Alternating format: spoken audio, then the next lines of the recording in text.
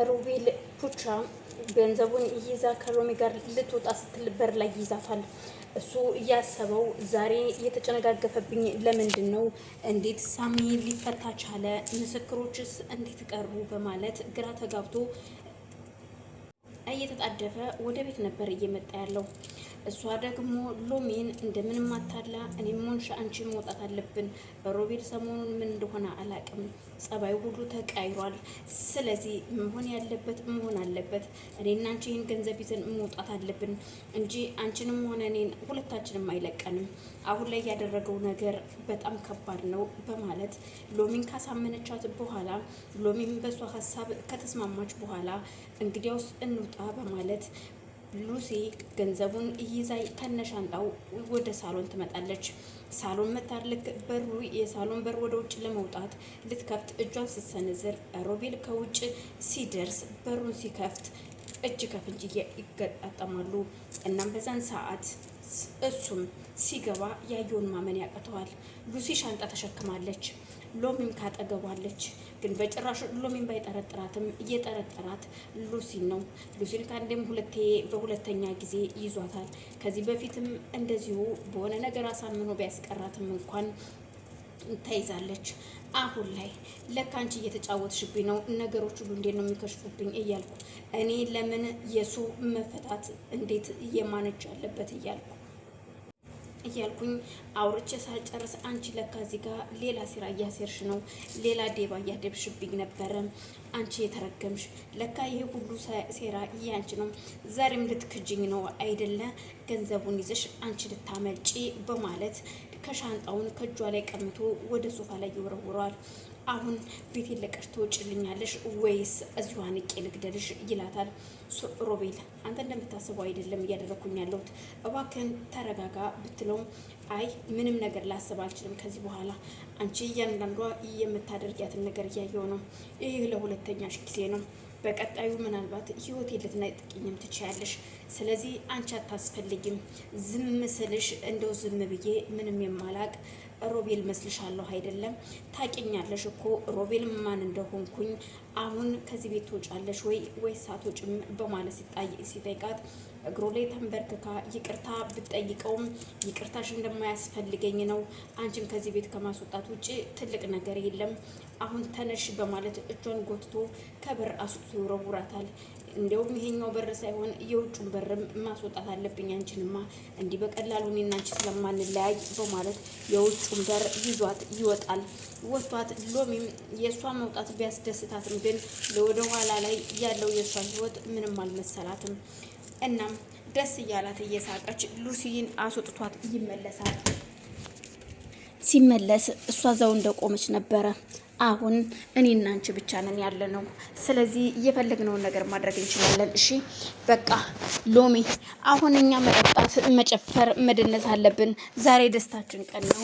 ይችን እንኳንም በሷ ሰበብ በእኔ ሳይሆን በራሷ ሰበብ ተገላገልኳት እያለ ከሎሚ ጋራ መሳሳቅ ይጀምራል። አንቺ መሸለም አለብሽ፣ አሁን የሆነ ብርጭቆ ነገር ይዘሽ ነው በማለት ወደ ኪችን እንደሄደች ትቆያለች። ሎሚን እየጠራ ዛሬ አንቺን መሸለም አለብኝ፣ አንቺ ጎበዝ ነሽ ከኔ ጎን እየቆምሽ፣ ስለዚህ አንቺን እሸልምሻለሁ በማለት መጠጡን ፉት እያለ ለስለስ ያለውን ሙዚቃ ከፍቶ እየደነሰ ሎሚን ይጠራታል። ሎሚ ተጠርታ ስትመጣ ሊጥ እያቦካሽ ስለነበር እጅ ሊጥ ነው ምንድን ነው የፈለከው ስትለው ቶሎ ታጠቢውና ነኝ፣ ዛሬ ደስታችን ቀን ነው። የምን ሊጥ ነው? ኪችንም እንዳትገቢ ይላታል። እናም የሚጠጣ ነገር ገዝታ እንድትመጣ ይጠይቃታል። እሺ ግን ትንሽ እንጨፍር አብረን እንደንስ በማለት አብረው እንድትደንስ ያደርጋታል። እሷ ግን ምንም ዳንስ እንደማትችል ብትነግረውም እኔ ያለማምድሻለሁ በማለት ያለማምዳታል። በቃ አሁን ሂጂና መጠጡን ይዘሽ ነይ ይላታል። ሉሲ ሱራፌል የሚጠጣበት ቤት ሄዳለች። ሱራፌል ቀና ብሎ ሲያይ ሉሲ ነች። ያየውን ማመን ያቅተዋል። ከተቀመጠበት ተነስቶ እሷ የተቀመጠችበት ወንበር ጋር ይሄድና ቆይ አንቺ የተረገምሽ ምን ልትሰሪ ነው እዚህ የመጣሽው ሲላት ምን ነው ሁሉም ቦታ የኔ ነው አልክ አንተ ምን እያደረክ ነው? መብቴ ነው መቀመጥ፣ ምንም ነገር እንዳታናገረኝ፣ ማንንም ሰው የማውራት ፍላጎት የለኝም በማለት ህይወቴን በጥብጠሽ አንቺ በሰላም አትቀመጭም ይላታል። እንግዳውስ እኔ ሳይሆን ህይወትህን የበጠበጥኩ የገንዘብ ወንድምህ ሮቤል ነው። ሮቤልን ሄደህ መጠየቅ ትችላለህ፣ ከኔ ጋር ምንም አይነት ንግግር እንዳትነጋገር ስትለው በፍጹም አይሆንም፣ አንቺም እሱም አንድ አይነት ናችሁ፣ እሷም ጮኻበት ተነስታ ጥላው ትሄዳለች። ሮቤል ምን አድርጓት ነው ግን እኮ እሷ ብቻ ሳትሆን እኔን የካደችኝ ሎሚ ነች በማለት ሱራፌል ብቻውን ያወራል። ሳሚ ከስር ተፈቶ እነ ቤዛ ጋር ነው ያለው። ቤዛን በሯን ዘግታ እያለቀሰች ነው። እናም ሶፋ ላይ ቁጭ ብለው እሱና ሉላ ቁጭ ብለው እያወሩ ነው። እኔ ምልሽ ግን ቆይ ምንድን እየተፈጠረ ያለው እዚህ ቤት? እንግዲህ ምን ማድረግ ይቻላል? ሳሚ ትልልቅ ሰዎች ናቸው፣ ራሳቸው በራሳቸው ሰዓት ይገናኙ እንጂ እኛ ምን እናደርጋቸዋለን በማለት ስጠይቀው እሱማ ልክ ነሽ፣ ግን የሆነ የተፈጠረ ነገር አለ ምን እንደሆነ ባላቅም ሁለቱን ያጣላቸው የሆነ ነገር አለ። ወይኔ እህቶችና ወንድሜ በጣም ነው የሚያሳዝኑት እኮ በማለት ሲጸጸት እንግዲህ ምን እናደርጋቸው፣ ችግራቸውን ቀድመው ቢናገሩ ጥሩ ነበረ።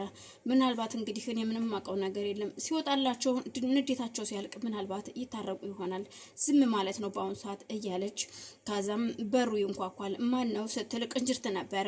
ቅንጅርትን ፈገግ እያለ ሲመጣ ሳሚም ፈገግ ብሎ ሰላምታ ተለዋውጠው ቆይ አንተን የምልህ እኔን ለመጠየቅ ነው የመጣኸው ወይስ ምንድን ነው?